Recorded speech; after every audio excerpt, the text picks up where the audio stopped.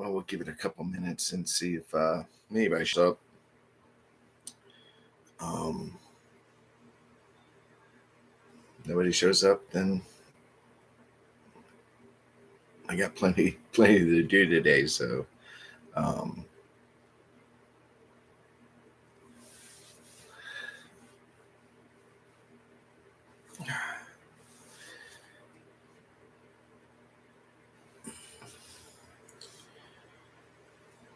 give it a few minutes, see if we get anybody in.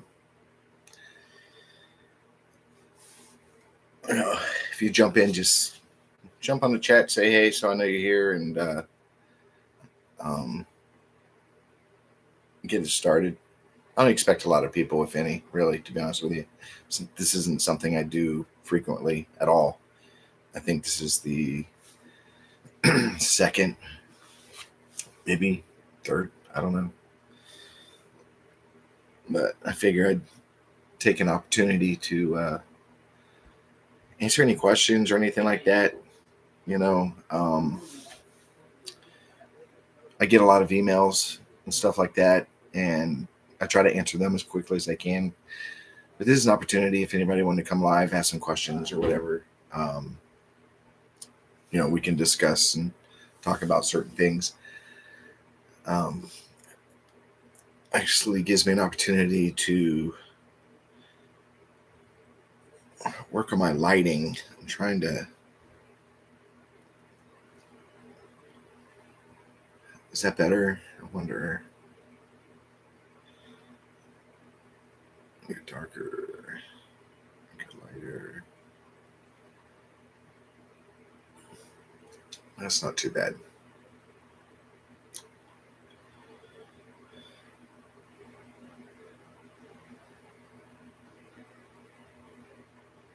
It's not too bad.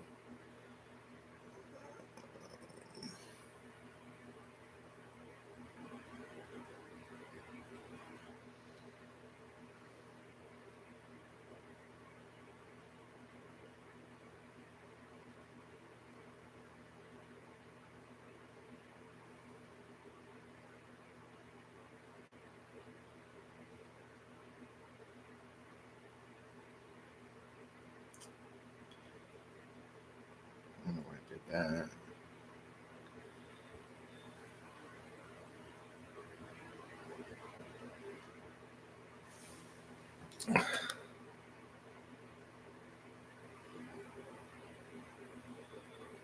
Let's keep going back on. I shut it off.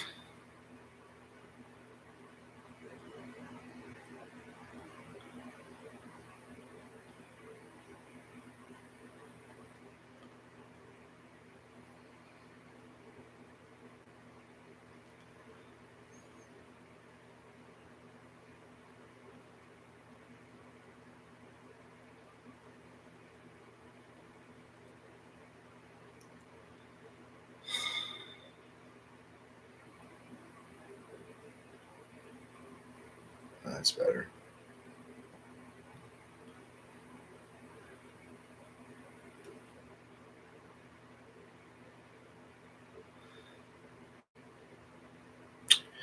Wish people were on so I can give an idea of how the lighting is.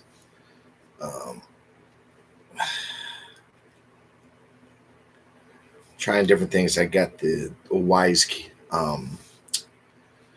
bulbs for my lamps on both sides of the room, so I can control them from here. Different colors and stuff like that. So I can go white.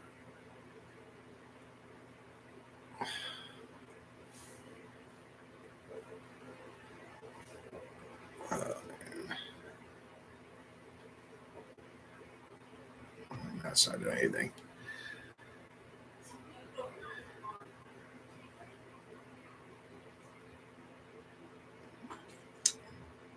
Sorry for any outside noises. Can't help that.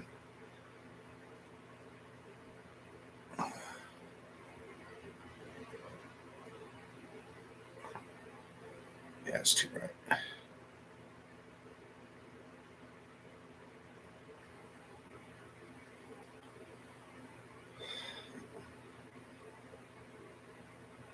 get rid of that glare.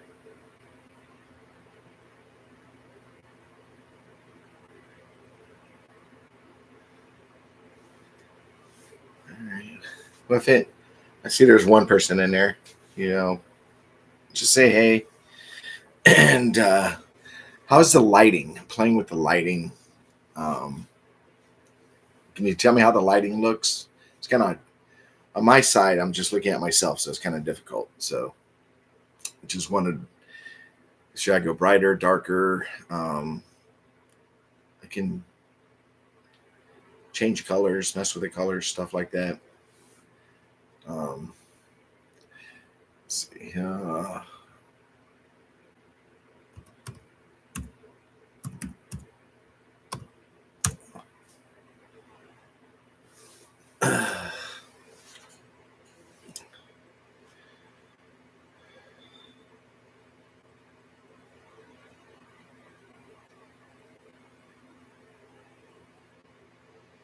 It's been 6.5 minutes, so if I don't get anybody real soon, then I'm just going to shut it down. Go back to watching some football stuff.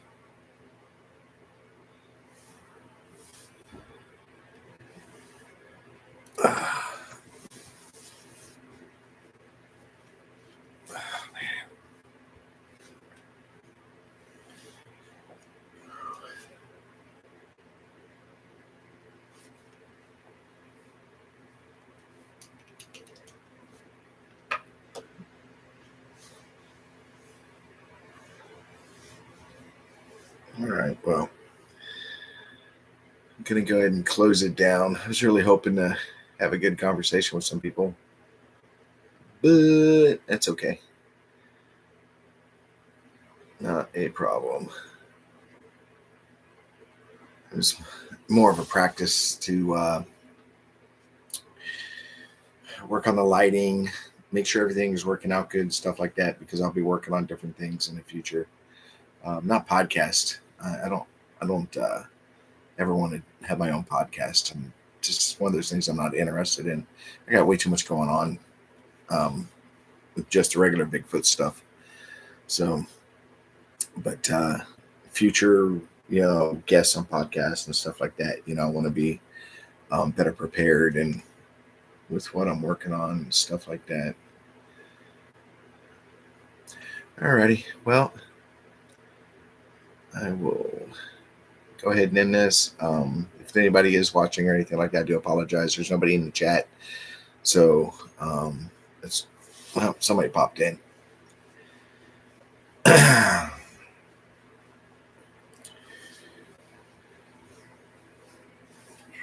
Any questions? Throw it out there. Who do we got? Leonard. Oh, happy Sunday to you too, buddy. Where are you at? Hold on a sec. Forget emails coming in. Where you at, Leonard? Fort Lauderdale. Okay. It's not far at all. I just moved from Fort Lauderdale to where I'm at right now about 3 years ago. I was in Davie, and then I bought a house in Dania, and then I was in Dania for a while, and then moved back here. So about a 2-hour drive away. Not too bad. Yeah. Okay, Cooper City. Yeah, that's right beside Davie. Yeah, right on Griffin Road. Right on Griffin. Is this lighting look good? Should I change it? Does it need to go brighter or darker or?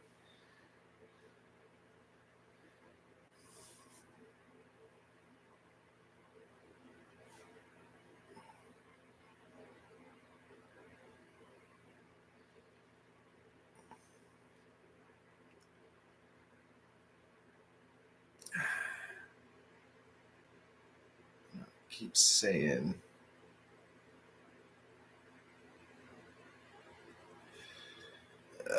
Next door to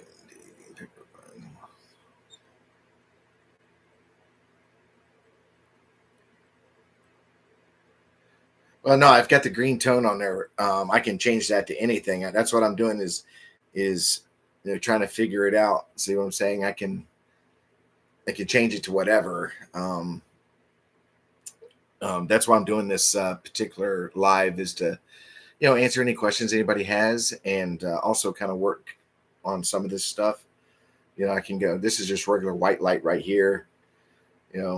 Blue, but so just kind of playing with it. You know.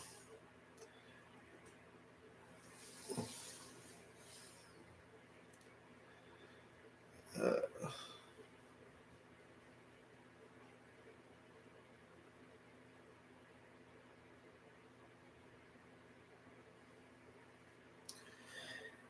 yeah, that's the green. I don't know. I just prefer green because you know a lot of the stuff that I do. My T-shirts are green, and um, this thing right here is green and stuff like that. So um, actually have two lights, but see, I shut the one off this side because it tends to get this glare over here. Um, so I've been taking that one off and using the one on the other side of the room.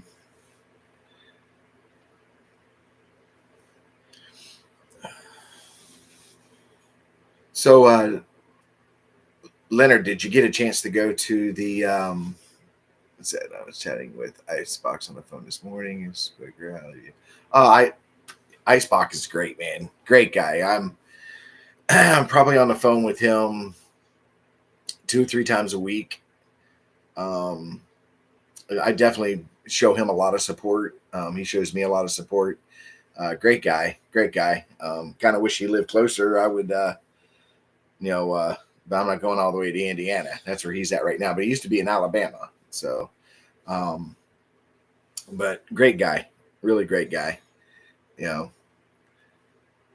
there's quite a good characters out there. His show's pretty good. Does a good job interviewing. He's got that voice, you know. And sorry about that. For some reason, something wants to update on my computer. Um, I know he's really busy. He's changed his schedule a little bit. He does. He also does football, Alabama football, and then he does the whole Bigfoot channel thing. Um, I've been on his show a couple times. A lot of fun. Great interviewer. He's got that voice, and projects really well and stuff like that. And he's really open to different theories and ideas. So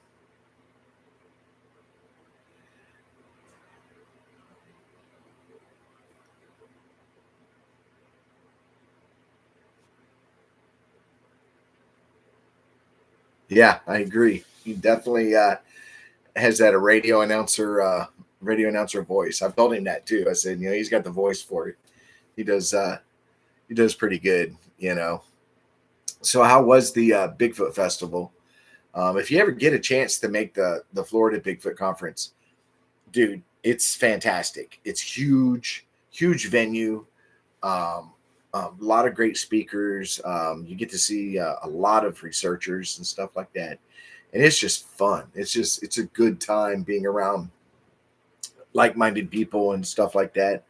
If you ever get a chance to go, I know it's a trip. That's a heck of a ride from Fort Lauderdale to Ocala, but it's definitely a great time. Um, it would have been better this year as far as I think the crowds would have been. We had a great crowd. It was huge, but at the same time, there's a country music concert going on, so all the hotels were taken between the conference and the concert. So it's very difficult for people that were at a greater distance to come find a place to stay so they could enjoy the entire days of events and then go back to wherever they came from. So I think that was you know accidental poor planning. I don't think either one knew about each other when they scheduled their events. So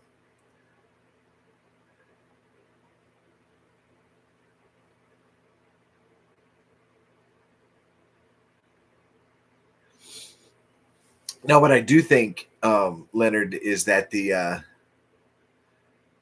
um, the same people that put on the Great Florida Bigfoot Conference, I think also put on the Smoky Mountain Bigfoot Festival. I think they do both. I know they do something in Gatlinburg, and then they also do the Alaskan Bigfoot Cruise. I think it's the same people that organize those three events. Don't quote me on that, but I think that's what it is. It's the same. I know they do. I know they do those events. I just don't know if the Gatlinburg Smoky Mountain Bigfoot thing is the exact same event. I want to say it is. Um, the people that put it on are really awesome people, really great people, and enjoyed talking to them and getting to know them over that weekend. So,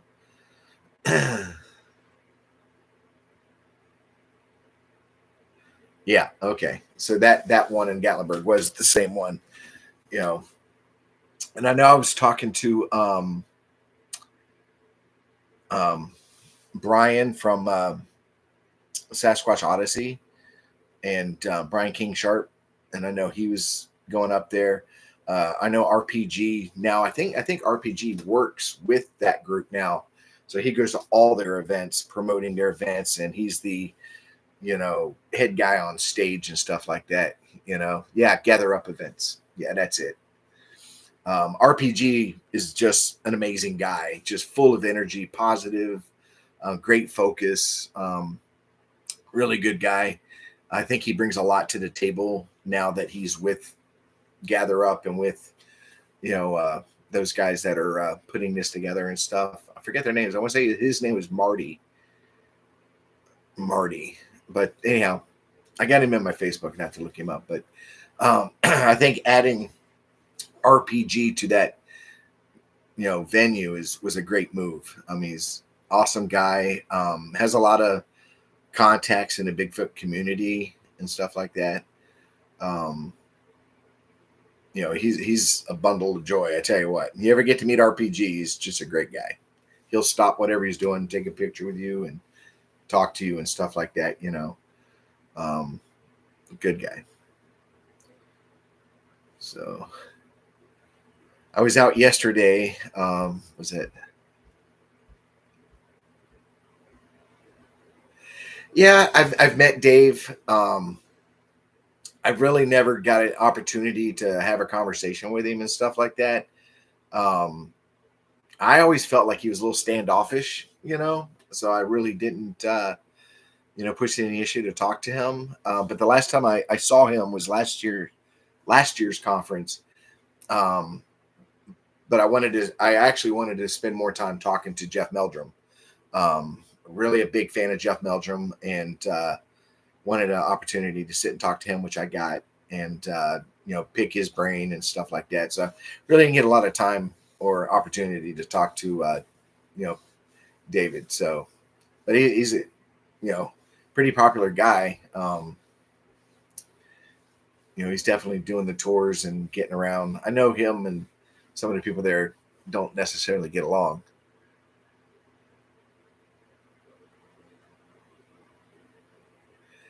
Yeah, if you ever get a chance to meet um, Dr. Meldrum, he's just an amazing guy and just so sincere, and honest. Honest, you could tell when he talks to somebody if he doesn't agree or something like that. He doesn't really want to be aggressive or upset the person because he's just that nice of a guy. But he'll be honest on his approach and his opinion and stuff like that. And I greatly respect his opinion on pretty much everything Bigfoot because he does such a deep dive into it. It's pretty amazing. It's pretty awesome.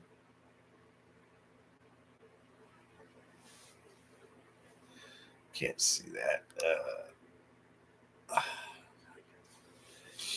Yeah, he's I mean, he was a little worried last year when he got sick and everything. I was like, man, if we lost Dr. Meldrum in this field, just his loss would set us back years. Because, in my opinion, we don't have anybody else um, that would fill that void that Dr. Meldrum would leave. You know, being an academic and being disinvolved in the bigger community, we just don't have that. And so I think if thank God he got better, because yeah, I couldn't imagine the void that he would leave behind. Um, yeah, I know Nana Boss. I haven't seen anything from her in a long time, so I don't know what's going on there. You know, I didn't have. She was there last year at the conference. I don't think she was there this year, but she was there last year at the conference. I didn't get an opportunity to talk to her, but I know her son Matt. Matt has actually gone out in the field with us two or three times out in the field with us, and I haven't seen him in a while either. I don't know what he's up to. Um,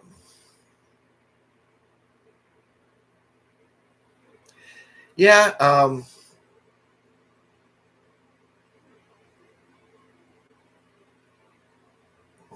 yeah. I don't know what happened with her. All I know is she's not posting anything. So I don't know what happened there. Things happen, life changes. I don't really get involved in all that. But I just noticed she wasn't posting, so I figured, you know, life got in the way. Things get, we're all adults. Life takes us in different directions, and we just go with the flow. Um, so, um, yeah, MK Davis. I like MK Davis. And don't get me wrong when I say this. I like MK Davis, and I like what he's done with the PG film and stuff like that. But I'm at that point with MK Davis that I think we've done enough on the PG film. I think at this point, after 50 years, um, the line's already been drawn in the sand. You either believe in the PG film or you don't believe in the PG film. I don't think you're going to sway one side over to the other side anymore now after 50 years of all the information that we've accumulated. And a lot of that information coming from MK Davis. There's a couple other people that's done some really, really great deep dives into the PG film as well. But I really, really would like to see MK Davis, take his talent, take his skills, and start focusing on some of this other stuff that's out there. You know what I mean? Um, I think the Freeman footage, still one to me is one of the second best footage I've ever seen. I think it's never gotten it's just desserts. I think it needs more. I mean, there's been some deep dives on it, but I think there needs to be more, because it's a very, very, very interesting footage. And I saw this video not too long ago, a little documentary, and these guys went to the Freeman site and took all these pictures and video and literally lined everything up perfectly from, I think that was in the 1972, it was 70s or whatever, wasn't it? No, when was Freeman footage? I might have been in the 90s. I think it was in the 90s, 93 maybe. But anyways, they went back, and some of the trees are still there and different landmarks. Some of course, if it was a stump, it's already rotted and gone or stuff like that. They did a really, really good job in putting everything exactly where he was standing when he shot that footage. And it was really cool because now they're able to walk through the scene from where he was standing and where the creature was standing and get a very good idea of what was going on that day. It was really cool, really, really cool. Yeah, I think I'm right. After I got to thinking about it, I think it was in the 90s. I want to say 93, somewhere around that time range. Um, but that's one of the ones I really enjoy. That's one of the footages that I really, really enjoy looking at, stuff like that. And really, when you look at it, it looks just like Patty. I mean, the face and everything. I just think it's a lot larger. I think the Freeman Sasquatch is it's way larger than Patty. I mean, it's big, and I just don't think it's faked or anything like that. There's people, no matter what you come up with, no matter what you put out there, there's going to be people that say it's fake. So, you know,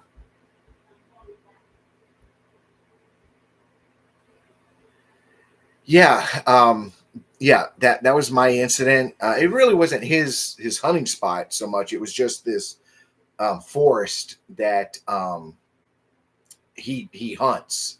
You know, we were actually going to get together, go out there, do some hiking, do some, just basically, pre-planning for the upcoming hunting season and stuff like that. So, yeah, it's a beautiful area out there. It's got multiple ecosystems where you have swamp areas, you have pine forests, you have cypress swamp areas. A lot of cypress trees. Um, Open areas like a plain area. Just it's pretty neat. And it's huge. It's huge. It's a huge area. And many sightings out there. There's been a lot of documented sightings, and there's quite a few researchers that do go out there or have at one point been out there. Um, I know Mid Florida Bigfoot Research Group has gone out there. Um, who else? Dr. Bill Hewitt's gone out there. I know the 168 was filmed out there, so you had Kerry Arnold and that group out there. Um, and then Mark Zasky, of course, has been out there, part of the 168, and on his own research. Um, a bunch of different groups. So we went out there last year, and Sasquatch Encounter Brigade met us out there, and we did our 3-day group research out there at the same area. It's pretty neat. It's a pretty neat area.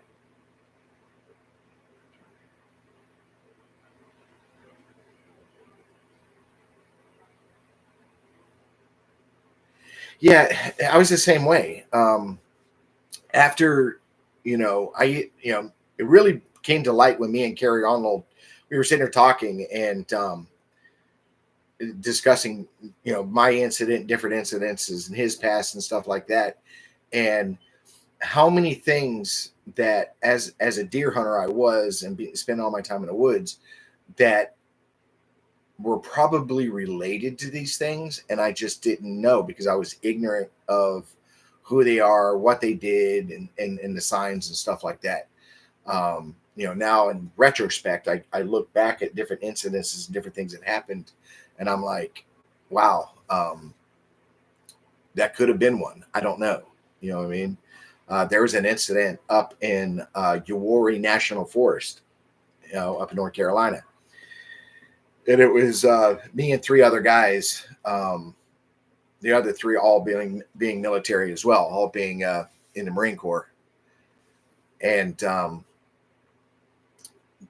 so we were up there doing a squirrel hunt, and it was freezing cold, freezing cold. I think the high temperature was 13 degrees. I don't know. It was freezing. The ground was frozen. Everything was frozen.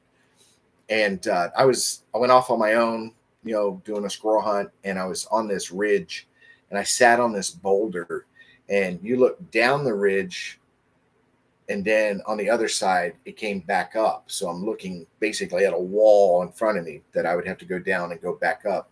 So I'm just sitting there, and you have all the trees on that other ridge in front of me. And I was just sitting there chilling. And then something came down that ridge. I mean, like a truck driving downhill, hitting the trees. And I could see the trees moving as whatever it was coming down that ravine. I racked it up as a boulder. A boulder had kicked loose or something like that, and it was rolling. It was just bouncing off trees as it was going down. Some people say I could have been bluff charged. I don't know. Never saw it. Didn't see what caused it. I never saw the boulder come out of the woods when it got to the bottom of the ridge or anything like that. I just played it off as a boulder, and it finally hit a tree that it couldn't move and got wedged right there. I'm not sure. Yeah. Kerry was a good friend. Kerry was a good guy. I was, me and the other guys were lucky enough to be able to go out in the woods with him and do some research with him. Um, He was an amazing guy. We actually spent his last birthday was with us out at one of the research areas, and we miss him dearly. We miss him dearly. Wish he was here. He left a huge void that nobody could fill. Nobody, and it was sad. It was sad because he had built something that was really big, really special, and it's gone. And it's sad to see that. It really is. Um, but we're getting close to his anniversary. It's in September, so I have some plans for that day. So we'll definitely remember him. Um, yeah, it was in Palm Beach County. Yeah, yeah, it was in Palm Beach County. No, I can tell you the exact location. I mean, heck, it's 60,000 acres, but it's J.W. Corbett. You know, if you go to J.W. Corbett or Dupree, whichever, because it's all connected, it's a huge area. It's huge, and that's where I was at. I was taking a highway that was at 7-Eleven from, you know, of course, from where I live, you know, I have to go through Okeechobee and Indiantown, but I'm on 7-Eleven going to West Palm Beach. And I was taking it back the same way. And so I knew the property he was talking about because it runs the whole length of practically the whole length of that highway. So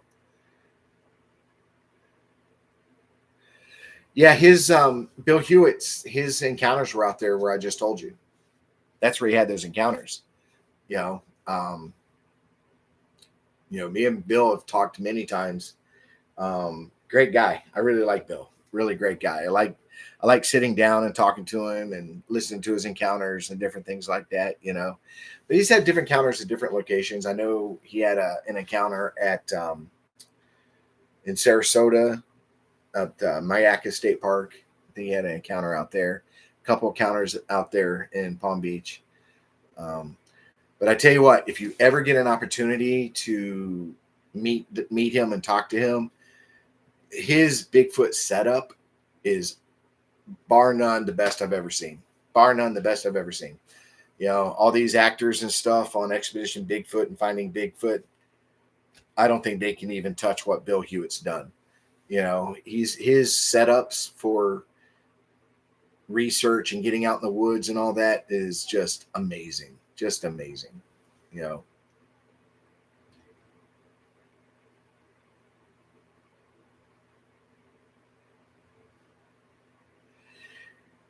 Yeah, the J.W. Corbett, it's a very, very crazy area. Sorry about that. It's a crazy area, and there's been a lot of encounters out there. FWC gets a lot of reports of visuals out there and stuff like that. I think that's what makes it such a popular place for people to go to. But it's a very, very interesting place. Very, very interesting. Give me 1 second here. That was actually Marie Demont with the with her group sending me a message. But yeah, it's a great area. It's creepy. There's some areas out there that'll definitely give you the EBGBs. Let me let her know.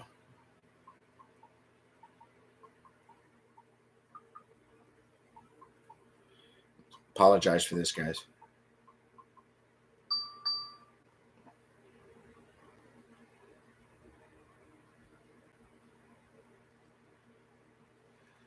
Sorry about that. Yeah, if you ever get a chance to meet Dr. Hewitt, now he's down in your area. I believe he lives in Dade County. So, you know, he does a lot of traveling. He'll do the Everglades. He goes up to Palm Beach County a lot. He goes out with this other guy. I forget his name. Bigfoot Gary, Bigfoot something. I don't know. That's what he calls himself. I don't know. I mostly know Bill Hewitt. But if you do get a chance to meet Bill, he's just a lovely guy. Very soft spoken, nice guy, and has a lot of experience. He's been doing this for a very, very long time. Um, he's got a lot of experience, way more than I do, way more than anybody I know. I mean, probably way more than anybody in this state. And I'll put Bill Hewitt up against anybody, even Dave Shealy. You know what I mean? So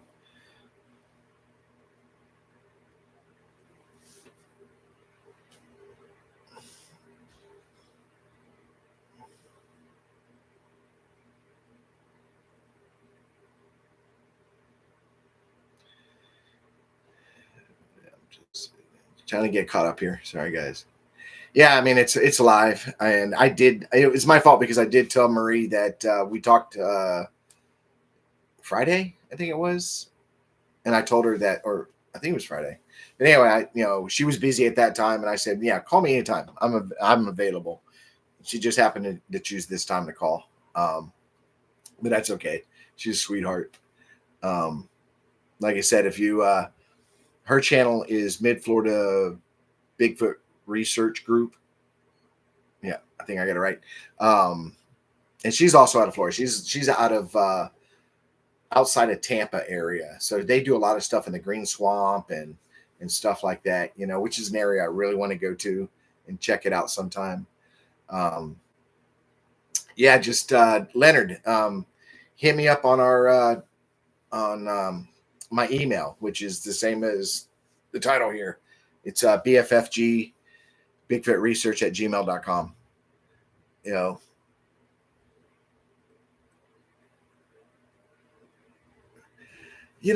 I've had some weird stuff, Leonard. I've never been approached by anybody like that. I know some people claim they have, but I've never been, no men in black have ever shown up to me, but we had an incident where, I think we were being monitored while we were in the woods, because, we could hear a drone overhead for quite some time. And there was multiple people out there. There's 4 of us out there. We all heard the drone. It's actually in one of my very, very, very old videos. And even in the video, you can hear the drone.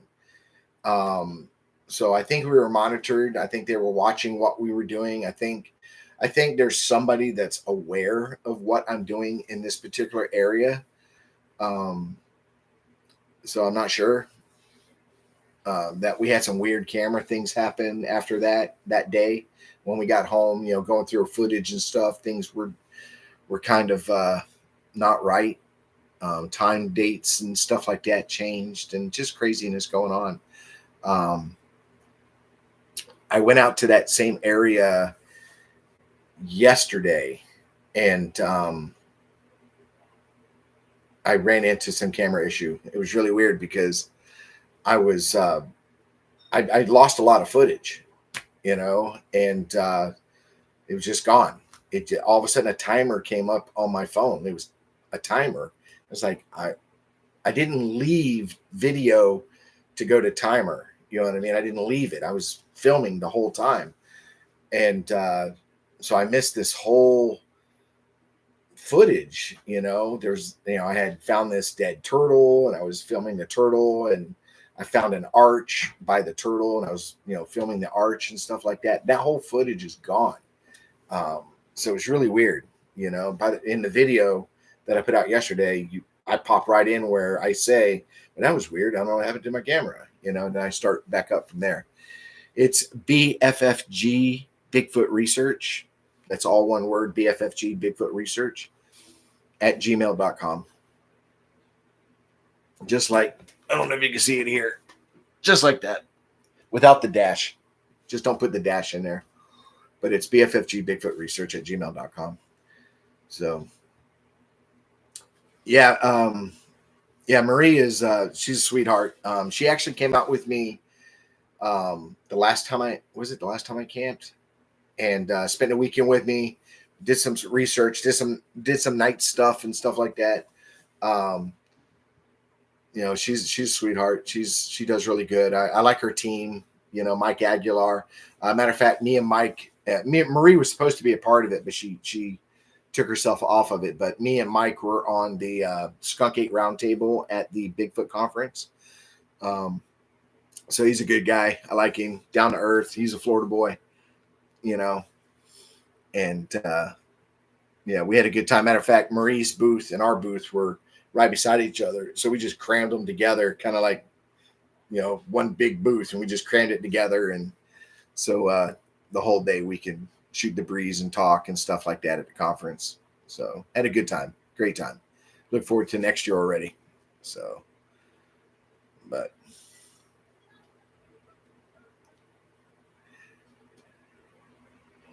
yeah, it was really weird because I was one of those guys that kind of bet, when people tell me they were having all these issues in the woods, and I was kind of like, oh, okay, whatever, until it happens to you.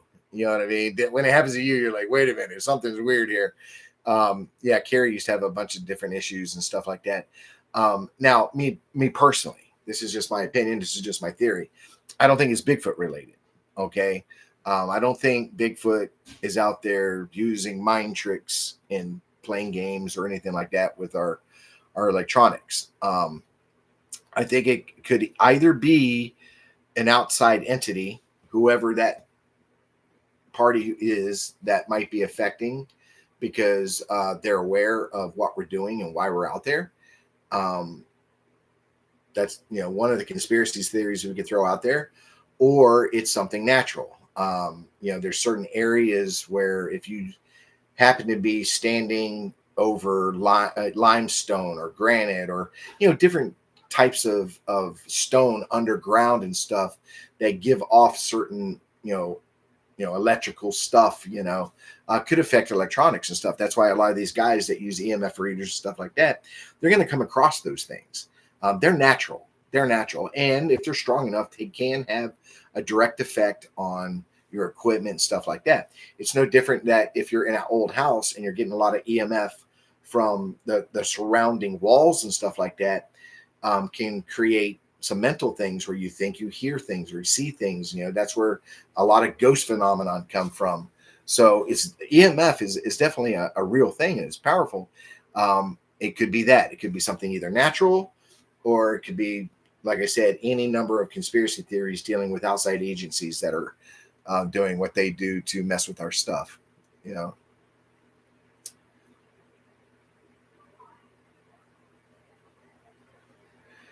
Yeah, I just like I said, the one thing I stay away from is I try to keep things as basic and as simple as possible. So I really kind of stay away from anything supernatural as far as Bigfoot goes. I don't get involved in portals or the orbs, anything like that. I stick to basically it being a living, breathing creature, no different than if I was out there trying to hunt down, track, and film a black bear or a Florida panther or something like that. Um, just as elusive, very difficult to catch those things. Um, I just don't think it has the ability to do those things that a lot of people say they can do. I say that because there just hasn't been any proof at all. Nobody's come, of course, and laid it out and said, here's actual proof of a Sasquatch doing this or making this happen. So I kind of stay away from that. My plate's already full with what I'm already dealing with Bigfoot. I don't want to add all this other stuff to it. I just like to stick to the basics and what I'm doing. Like I said, my ultimate goal is a 10-second video is what I really want, is a 10-second video. Yeah, see, I agree, Leonard. I agree. I have to have that proof. That's just where I'm at. You know what I mean? It's bad enough we're at that level where a picture doesn't cut it. Some film doesn't cut it. Sound sometimes don't cut it. But yet we're forced, spoon fed the supernatural part, saying, "Oh no, you must believe in this. That this answers all the questions." I'm just not that guy. I've spent a lot of time in the woods, a lot of time, and I camp out 3-4 times a year. I've had nothing supernatural at all. You know what I mean? But I've had encounters. I've had, questionable things happen to me in the woods, but none of it supernatural, none of it at all natural ability, you know. Um, so like I said, I kind of stay away from that area, I think there's too much conflict, too much conflict. Yeah, common sense. Well, you know what they say, Leonard, common sense isn't common. So I was actually had a conversation the other day with Randy Harrington. We were talking on the phone, and our mindset is the same.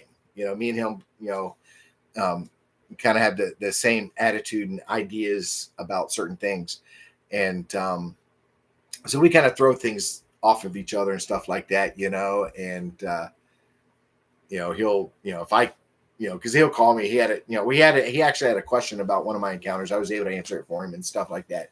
And so we kind of throw things off, give our ideas and stuff like that. I like to associate with like-minded researchers like Johnny Two Bears, Randy Harrington. I like his work. Scott, Scott Carpenter's work. You know, you know, I had some areas in there that I had some questions, but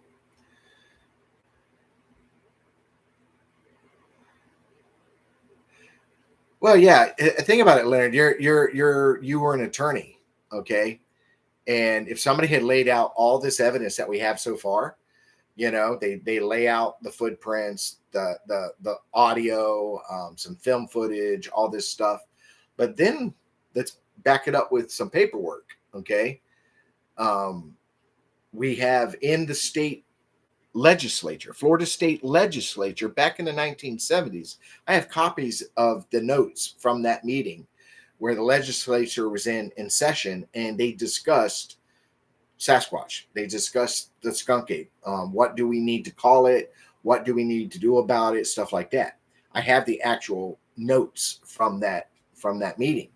Then you take the FWC's hunting manual, hunting pamphlet online, literally says in the hunting section of the hogs hunting section, there is no taking of skunk ape or Bigfoot or Sasquatch, whatever they want to call it. So you take all this evidence together and you put it together, you have a case. See what I'm saying? We've definitely convicted people, put them in prison for a whole lot less. See what I'm saying? So, you as an attorney, you could probably take all this information and really throw a really good case, and you know what though, Leonard, it might get to that. It might get to that point where people like yourself that, know that system, the law system, and how to put things in place to, do something and get in front of the governor and lay it all out in front of the governor and say, okay, what do we do now? Here's all the evidence, all the information that you need. Where do we go from here? You know what I mean? Because I'm really big on protection, and preserve, the areas and stuff that this thing lives. So.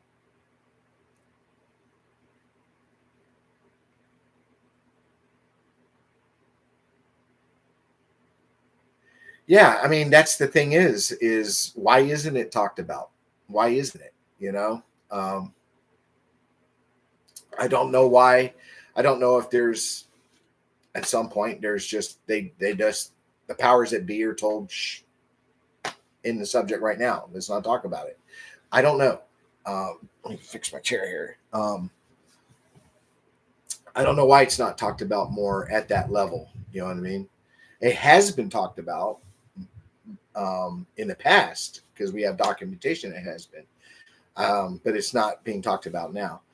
Um, Even right now, is a bad time to probably focus on something like that because state of the world and what we're dealing with and stuff like that. So it's probably not a good time to bring up that subject, but it definitely needs to be brought up.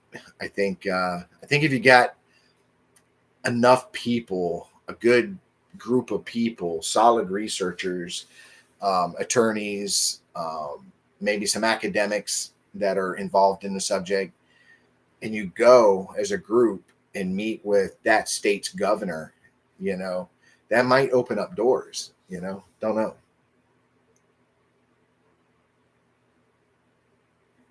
Yeah, it's in there. I've got it. It's in my, I don't know.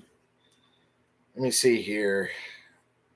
I don't have it on my computer, but I do have it right there. Oops. I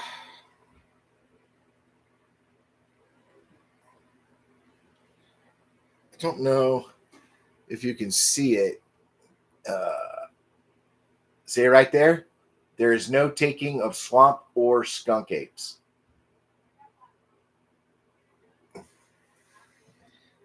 And that's where you can go to look it up. If you can see that. If not, Leonard, I can always send it to you in an email. It's just a quick, and it's really funny, and we talk about it all the time. Jimmy Barr brings it up a lot, where um, they slip that in there in a section of hunting that nobody reads. Nobody reads the hog section because there's no rules. You can go out and hunt hogs anyway, day, night, spotlight. There's no gun restriction to shoot them. There's just, so why would you read the regulations when there really is no regulations? It's go out and kill them, kill as many as you can. So, but they slip that in there. See what I'm saying? Um, but again, it gets found. You know what I mean? So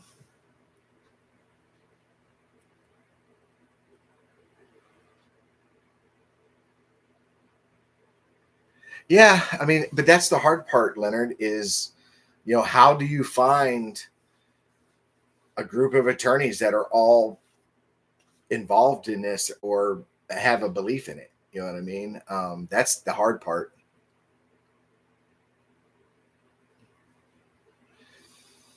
Well, yeah, but the regulations are so minimal. You know what I mean? Especially like Corbett, for example. You can go out to Corbett and stuff like that. Uh, it's wide open. It's wide open.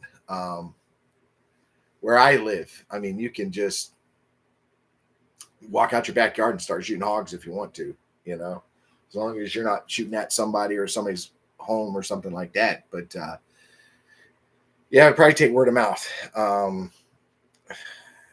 It's difficult. There's a, you could probably on Facebook. There's a lot of Bigfoot Facebook groups and stuff like that. You can probably do a post out there saying, "Hey, searching for any guys out there that's an attorney and open to the subject. Please hit me up," or something like that. Don't need too many, just at least a few. You know what I mean? Yeah, I think so. I think when you have a group, Leonard, of like-minded people, if you're able to do something and you have that group, researchers, attorneys, academics, you kind of bring the full force of what you have. Um, it's hard to deny, you know what I mean? Because you got researchers are going to bring the evidence. You got the you know the scientist part of it bringing the science, the academics bringing the science, but then you got the attorney bringing the evidence, and putting it all together and then presenting it on a plate that says, how can you deny this? How can you deny it? So, but it's an uphill battle. There's no doubt it's an uphill battle, and it's a battle that I'm willing to fight in the future. you know um Yeah, absolutely. That's why I don't mind, sharing with other researchers. I'm very open with other researchers and stuff like that, because, like you said, I may have a piece of that puzzle that they're missing, that they're on the verge of answering a certain aspect of this phenomenon, but they're missing certain things, and all of a sudden I bring it to the table because I experienced it or saw it or witnessed it or whatever. So I'm big on being open and stuff like that. As a community, though, as a Bigfoot community, I they use that word very, very loosely. They just like to throw it out there. There really is no community. uh, everybody's hush hush. Nobody wants to share. Nobody wants to, there's a lot of backstabbing, a lot of, different things going on. So as far as a community goes, it's not a good community at all. I try to find like-minded people that I trust, and that's who I share with. Kind of like a peer review. If I get some good evidence and I, present it to these particular guys, I take their opinion, wholeheartedly.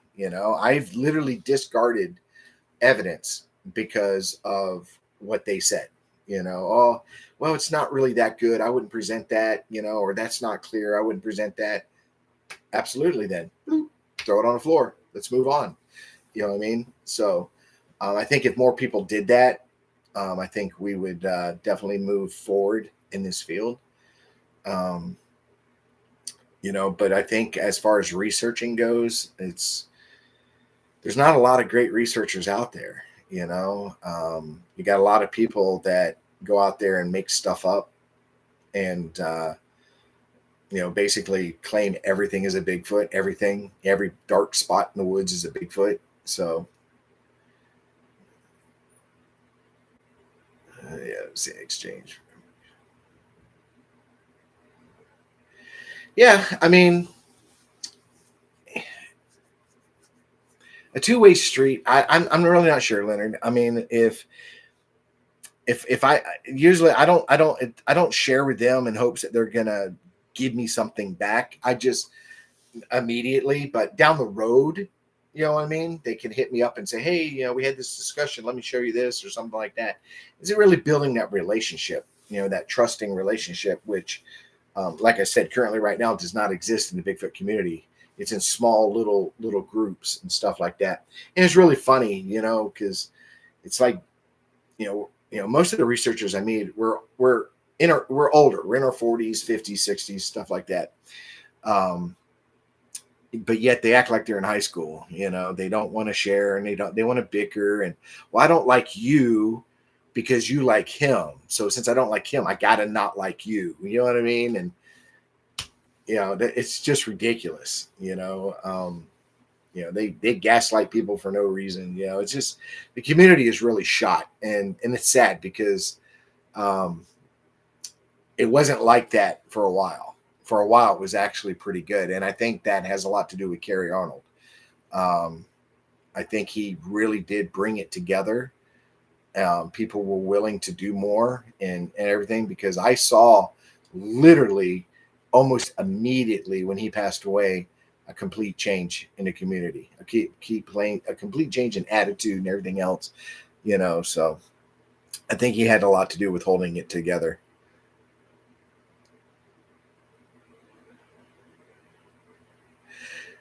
Yeah, there's a lot of researchers, a lot of people that do have stuff kind of like in their back pocket that they're not going to show, they're not going to share until the right time. So, yeah, he was a great guy, dude. It's he was definitely one of those ones that was on my bucket list of people to meet, and I never thought not only would I meet him, but we would actually become friends and actually, spend time in the woods together and talk and stuff like that. He's just a fantastic guy. He's a fantastic guy, and myself, Bobby, Mike, and Jimmy on the team. We all miss him dearly. We definitely miss him. So definitely a huge loss. Huge loss. So and Scott Carpenter, that was another huge loss. Um, I liked how Scott went about things and how he did his research. I didn't always agree with him. I'm not one. I'm one of those ones that I don't believe that Bigfoot is the Nephilim. I don't believe that whatsoever. If you do the research and look into that aspect, Bigfoot doesn't even meet the characteristics of the Nephilim. Doesn't even meet the criteria or description or anything like that. So I don't.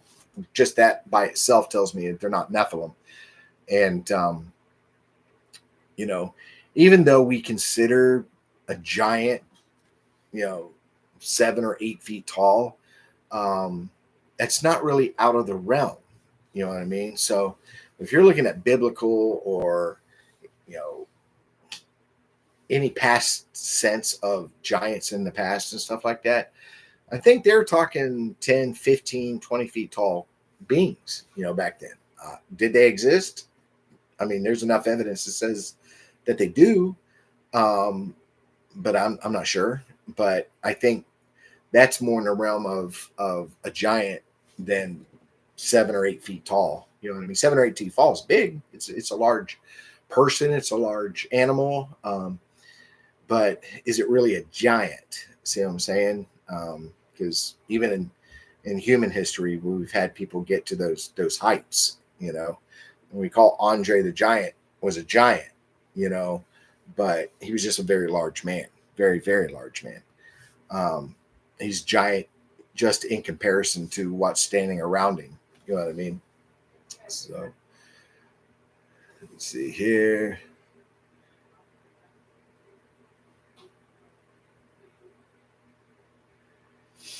Yeah, just email me, Leonard. You know, I try to get back to you as soon as I can. Give me a day or two or whatever, and get back to you. But luckily for me, I don't have any legal issues at all. So, you know, um, but if I had a legal question, I'll come to you, man. You know, so well, it seems like that was a good chat. I mean, you helped me keep it going, Leonard. You know, so I was gonna talk about yesterday and different things like that. You know, and yesterday was hot, really, really, really hot. I wasn't sure when I was out in the woods, but when I got back to my vehicle, um, I sat in the truck and I pulled up the weather app on my phone, and by the time I had made it back to my truck, it was already 101 heat index. So when I'm out there and I'm telling people, listen, it is hot, you know, I don't think they can really grasp the temperatures that we're dealing with out there in the woods. I mean, it's unbelievable. It's almost to the point where on the weekends I'm like, oh man, do I really want to get out there? And you know, being in the woods is fun and I enjoy it and stuff, but dealing with the heat and the mosquitoes, because the hotter it is, the more mosquitoes come out too. It's just miserable. It's just bad, you know. So I think next weekend I'm gonna forego going out during the day. I think I'm just gonna pack up some of my night stuff and go out and do some night vision stuff. I might be doing that. So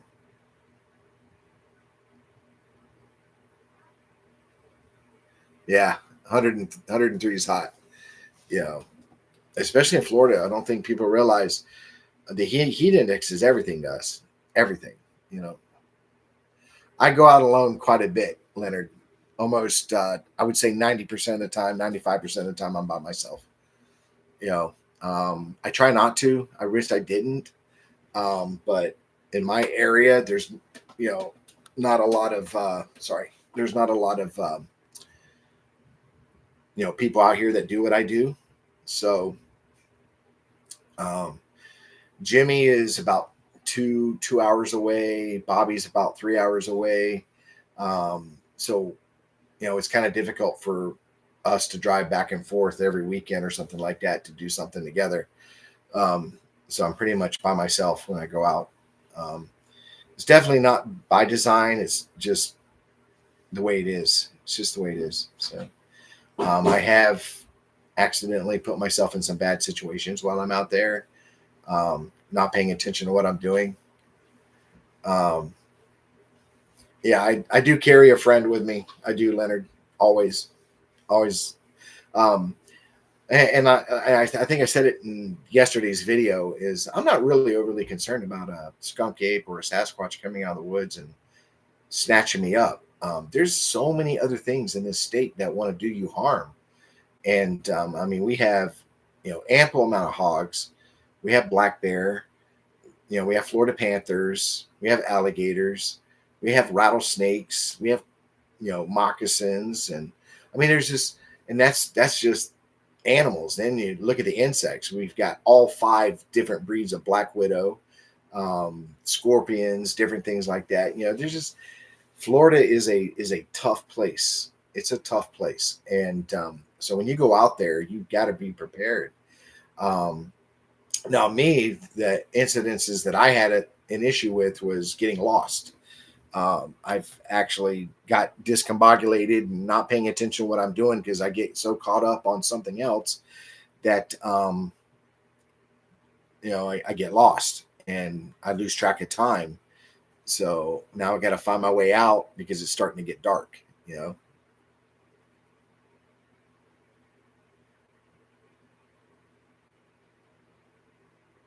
Yeah, it's tough out there, Leonard. I like I said, really my biggest fear out there is walking up on some hogs because they'll just attack you. And if you get killed by hogs, they're going to eat you. Nobody's going to find you. They're just going to eat your remains and move on. So um, rather not rather not mess with hogs.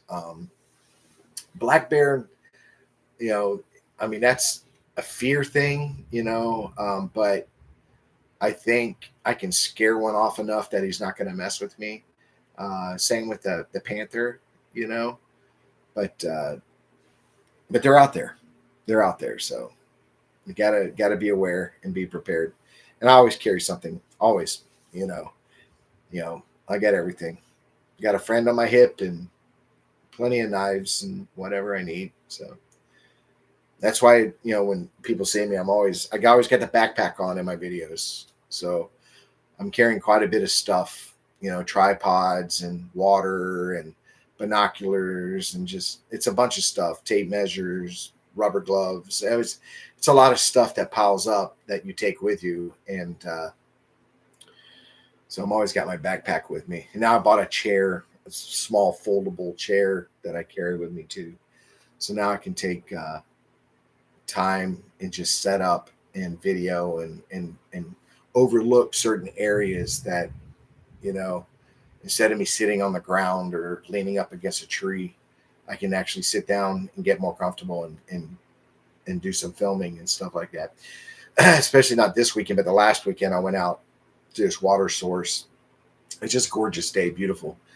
And alligator came right up, to my area, and I watched him. I wouldn't have seen him, but I saw this across the lake. That mouth open, and it caught my eye. And it's actually in the video. If you watch the video, you'll catch that mouth open across the pond. But then he just swam right over, kind of hung out in front of me, about 20 feet in front of me. And, I don't see alligators so much as a threat so much. I think that's one of the things Floridians don't fear is alligators. We're more afraid of the other critters, hogs and rattlesnakes and stuff like that. So, you know. All right. Anything else? Anybody? Anybody? What you got? Well, and that's what I said. It's either somebody has been out there because I go out there all the time and I never see anybody ever. Especially when I work that far back to that water source, I never see anybody. I'm not saying people don't go out there. I'm just not seeing them. And so it wasn't a big gator. It was maybe 4 foot.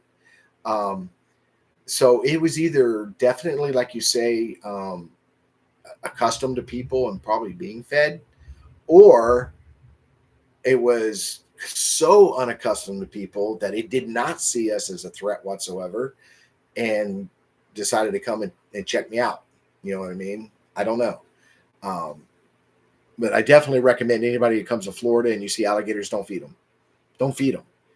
You know what I mean? Because you are creating a major problem by feeding them. Major problem. There's people that's lost their lives. They've lost their pets' lives because of people feeding alligators, and all of a sudden they lose that fear. And then the only answer to that is they're going to dispose of that alligator who didn't do anything wrong except eat or want to be fed because you started that. And now they're going to dispatch him over, you know, somebody's ignorance. You know what I mean? So I recommend all the time. It has a lot to do with why I don't have a bait station and stuff like that, because we might be thinking that we're feeding Sasquatch peanut butter or candy bars, whatever we decide to put out there. Um, but you're not. You're also feeding other animals, and they get accustomed to that. They get used to that, and you're creating a problem for yourself or anybody else that walks in that area, and that raccoon or whatever animal now sees you as a food source, and that could become a problem. So I try not to do it. I don't feed.